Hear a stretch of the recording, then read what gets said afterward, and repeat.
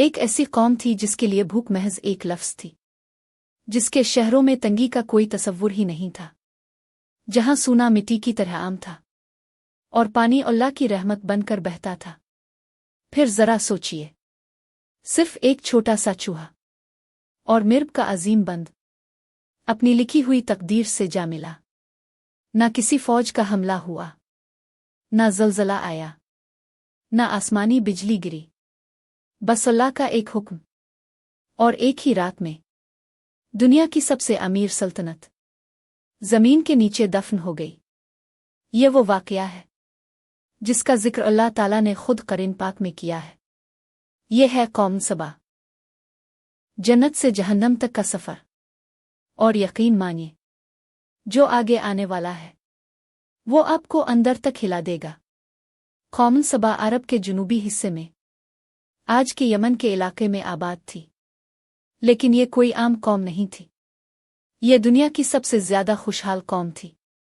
ان کی زمین نہایت زرخیز تھی، ہوا نرم تھی، اور بارش بالکل ایک اندازے کے مطابق ہوتی تھی، مگر ان کی اصل طاقت، ان کا سب سے بڑا راز مرب کا عظیم بند تھا۔ یہ بند اتنا شاندار تھا کہ اس کے ذریعے دائیں اور بائیں پھیلے ہوئے باغات کو پانی ملتا تھا۔ پھل اتنے زیادہ ہوتے کہ مسافر وہاں سے گزرتا تو اسے بھوک کا احساس تک نہ ہوتا۔ قرآن اس منظر کو یوں بیان کرتا ہے، سبا کے لیے ان کے مسکن میں ایک نشانی تھی، دائیں اور بائیں دو باغ۔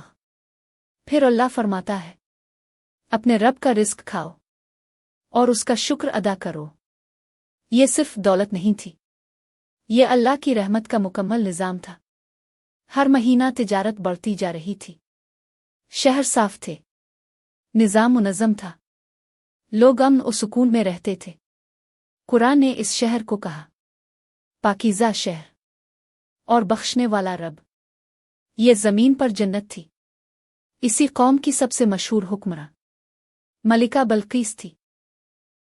تفسیر ابن کثیر کے مطابق بلقیس ایک عقل مند دانا اور طاقتور ملکہ تھی۔ اس کا تخت عظیم تھا، نظام مضبوط تھا، اور اس کی سلطنت دور دور تک مشہور تھی، یہاں تک کہ اس کا ذکر اللہ کے نبی حضرت سلمان تک جا پہنچا۔ حضرت سلمان وہ نبی تھے جنہیں اللہ نے ایسی طاقت دی جو کسی اور کو نہ ملی۔ جنات ان کے حکم میں تھے، پرندے ان کی زبان سمجھتے تھے، اور ہوا ان کے لیے چلتی تھی۔ انہوں نے بلقیس کو ایک خط بھیجا۔ قرآن اس خط کے الفاظ بیان کرتا ہے، یہ سلیمان کی طرف سے ہے اور اللہ کے نام سے شروع ہوتا ہے، اور یہ کہ اللہ کے آگے جھک جاؤ۔ بلقیس نے مشورہ کیا اور تحفے بھیجے، سونا چاندی اور جواہرات، مگر حضرت سلمان نے سب واپس کر دیے اور فرمایا، جو اللہ نے مجھے دیا ہے وہ تمہاری دولت سے کہیں بہتر ہے۔ تب بلقیس سمجھ گئی کہ یہ کوئی عام بادشاہ نہیں، یہ اللہ کا نبی ہے۔ پھر وہ خود حضرت سلمان کے پاس آئی۔ جب وہ شیشے کے محل میں داخل ہوئی تو اسے پانی سمجھ کر اپنا لباس اٹھا لیا۔ تب حقیقت کھل گئی۔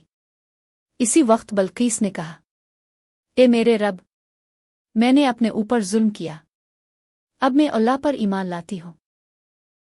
تفسیر ابن کثیر کے مطابق بلقیس کے بعد قوم سبا نے بھی اسلام قبول کر لیا۔ یہ تھا سبا کا روحانی اور دنیاوی عروج، مگر وقت ہمیشہ ایک سا نہیں رہتا۔ بلقیس کا دور ختم ہوا، نسلیں بدل گئیں، حکمران بدل گئے، اور وقت کے ساتھ شکر کی جگہ غرور نے لے لی۔ یہ باغ ہم نے بنائے ہیں، یہ بند ہم نے کھڑا کیا ہے، یہ دولت ہماری عقل کا نتیجہ ہے۔ اللہ کا ذکر کم ہوتا گیا اور اپنی طاقت کا نشہ بڑھتا گیا۔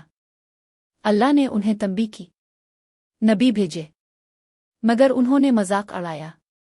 نبیوں نے کہا، یہ باغ تمہاری عقل کا کمال نہیں، یہ رب کی رحمت ہے۔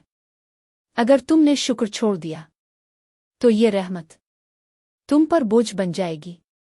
مگر قوم سبا ہنس دیتی، وہ کہتے،